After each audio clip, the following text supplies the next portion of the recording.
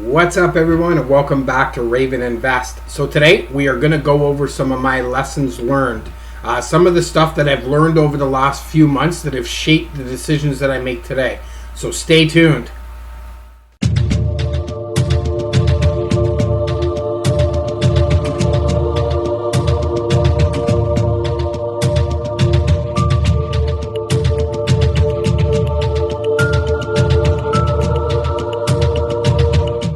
So before we dig into the lessons learned, I wanted to remind everybody that we do have a 50 subscriber giveaway going on right now.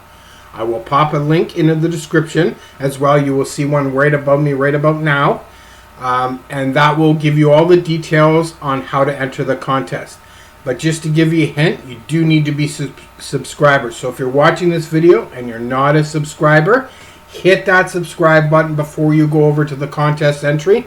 And you're almost halfway there to enter the contest to win yourself a Peyton Manning rookie. Okay, so let's get into the lessons learned. These are in no particular rank or order. These are just several lessons I've learned over the last few months in the hobby. I try to exclude things that were strictly COM-C related lesson learns. I'll do that in a separate video. But I think a lot of these things can apply to any platform, any situation kind of thing. And again, these are stuff that I've learned that I feel that would be beneficial for somebody to avoid doing, things like that. So without further ado, let's get into the first one. That's be patient and wait for your opportunities. Very early on, I was very happy to be buying cards, and I was on COM-C, so it was easy to click buy. I was very impatient. I thought they were good prices. They were I didn't do as much research. I rushed into it earlier than I should. Even though I didn't rush into it right away, I did poke around and look quite a bit. Because I didn't have any money to invest right away, so I was able to poke on and I was able to look at things and get a feel of the site and try and learn some sets and things like that. But when I did finally have some money that I could invest, I wanted to invest it right away. I wanted to buy cards right away instead of planning it out, looking at what I wanted to buy, how much money I had to spend, and where I should have spent it. I didn't think all that kind of stuff through. So be very patient. Your opportunities will come. Okay, make sure that you're not pushing yourself into something that you're going to regret later. Okay, so the next one is going to be trust your analysis and don't hesitate. And you may think that kind of contradicts point one, which is be patient, but hesitation and patience and impatience are two different things. There was a few instances where I did all my analysis, I comped the card, I knew the player was ascending, he's undervalued, the prices were good, but for whatever reason I didn't buy the card. I hesitated to buy the card. I was unsure because unfortunately, this was after the part where I wasn't very patient at the beginning. So I was kind of over patient after I learned that, I was hesitant. I became hesitant. But I did all this work. I did all this research. Why not trust it? Okay. If you're going to put this process in place and you're not going to follow it, then what's the point? Okay. And that was one of my problems almost right after, and it kind of feels weird to put them in this order like that because that's the way they kind of, how I learned them in this order. I was very impatient to begin with, and then when I realized I was being impatient, I was being hesitant because I wanted to make sure I was patient. Okay, so the first two kind of work in side to side. If your analysis says this is a good buy, trust it. You put in this process, trust it. Next up on the list is consider your sales plan when buying a card. And the basic way that I could explain this is by using an example. I purchased a card for 65 cents on ComC that comped to about 115 on eBay. So that's a pretty good price. You look at that, okay, you're getting it around half price, almost half price. So that's a pretty good deal. But what I failed to realize is because I was not reselling it on eBay and reselling it on ComC, the situation on ComC was not the best for this card. And basically, there was a user that had 30 cards listed at 70 cents. So if I wanted to keep this card listed in the first spot, I would have to list it for 69 cents, which means that I'm probably going to make a cent, if that, profit on that card. If I listed above the 70 cents, depending on what the next 4 or 5 slots are, I'm probably not going to make very much profit, and I'm going to have to wait for the 30 of the 70 cent card to sell. And more than likely, there's going to be people jumping in front of a big number of cards like that, which is something that I've noticed on ComC. So, even though I purchased the card at a good price, because I'm reselling it on ComC, it wasn't the best situation. So, make sure you consider where you're selling the card. You know, maybe there's higher fees, maybe there's other costs involved that you have to consider, that the margin, the profit margin's not what you were thought it was going to be.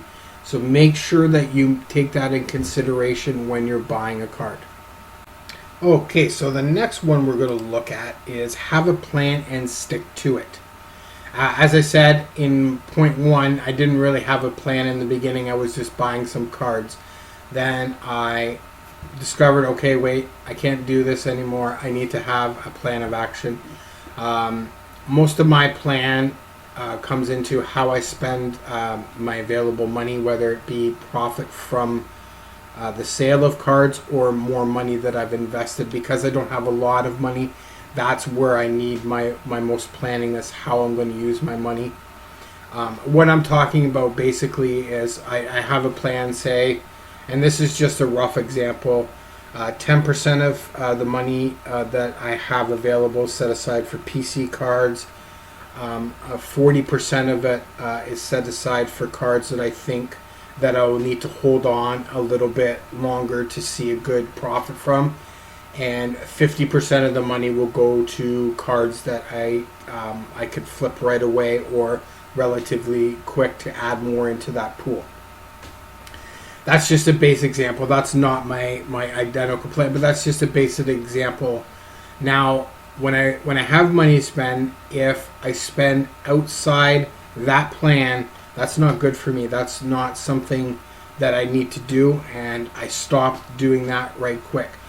One of the best example I can give is before I would split it up 50-50. 50 for cards that I thought were going to hit at the beginning of the year, and 50% on cards that I thought I could flip a lot sooner. Maybe not see as big a profit, but make some good profit to help me continue going on. Well, I learned that my patience was getting good, and I was getting good at waiting for the opportunities. But there was some weaknesses. There was some impatient moments where I did just want to buy some cards. I couldn't find any deals. There was nothing available, and I really wanted to buy some cards. So I adapted my plan. Instead of going off my plan to buy stuff just to buy stuff, I adapted my plan and put a portion of the money that I use to buy PC cards. And what I will do is when I get into those impatient times, I will go buy some 5-cent, 6-cent Raven cards. And there's, as I said in other videos that were mentioned, there's like 30,000 Ravens cards on ComC. And I would like to have one of every one at least. So I adapted my plan because I noticed that I had a tendency to break off it when I couldn't find any deals or whatever the case may be. So I added in that 10% to go to some PC cards that if I get impatient, I can go buy. So the last one I wanted to take a look at here is learn from others, but follow your own path. And this again is another experience that I had early on when I was looking to make some investments. I always want, in the beginning, you always want to make that home run. You're not content with the singles as you are later on. So I watched a YouTube video and I tried to mimic what the person on the YouTube video was doing, and it failed horribly because it didn't know what I was doing. I was just blindly following what they were doing, trying to mimic their results, and it did not work out. Now, there was some information that I could take away from that video that I could have used to adapt my strategies and grow my knowledge, but I didn't. I tried to mimic it. So my point is, don't mimic what you see on YouTube or any other place that you might learn information. Gather the information, gather their perspective, take in their ideas, but in the end, you're the one that needs to make the decision. You're the one that needs to understand the situation. So learn from them, but don't follow them. Follow your own path. Okay, so that's it for the lessons learned. So I want to thank everybody for watching. This is something that I do regularly in my job. At the end of a project, we usually go over the lessons that we've learned. So I think this is very important in growth, to make sure that you're not repeating mistakes. So I probably will be doing a few more of these videos in the future. So if you like these type of videos, make sure you smash that like button. Let me know that's something that you do like. If you're not subscribed, perfect time to subscribe. We are running a 50 subscriber giveaway contest. Check out the details in the link in the description and at the beginning of the video. Thank you again, everybody, for all your support. Please leave a comment if you have any thoughts on my lessons learned. And until next time, everyone stay safe.